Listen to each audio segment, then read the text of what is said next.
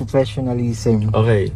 Paano mo kuya ma-handle yung panibagong issue nyo ngayon? Eh di, wag i-handle.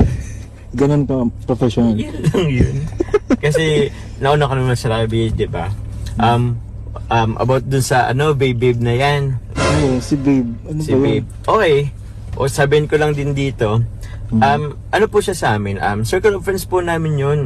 Kilala po niya sila, Kalingap Dan, Kalingap Dan. si Lolo, si David. I mean, mga ano po. Circles Tapos talaga. may iba pang sa kaming circle na kasama siya. So, tawag niyon, siya naman po isa na yun na magtawag ng ganyan sa lahat. Babe, mga ganun. Alam mo ba yun? Oo, ganun na talaga yung tawagan. Ganun naman talagang tawagan. So, Pero walang meaning. Walang meaning. Ito pa lang. Sanay, tsaka, pabalik-balik din Manila, Bicol, Bicol. So, ganun ang tawagan ng ano niya. So, yun. About yun dun. So, wala naman po yun. Tsaka ulitin ko po, many times, sasabihin ko naman po ulit, if ever po na may girlfriend po ako, hindi po ako makipag-love team. Kasi, respect ko na lang sa girlfriend ko, respect ko na lang din kay Carla, if ever man. So, wala pong ganun.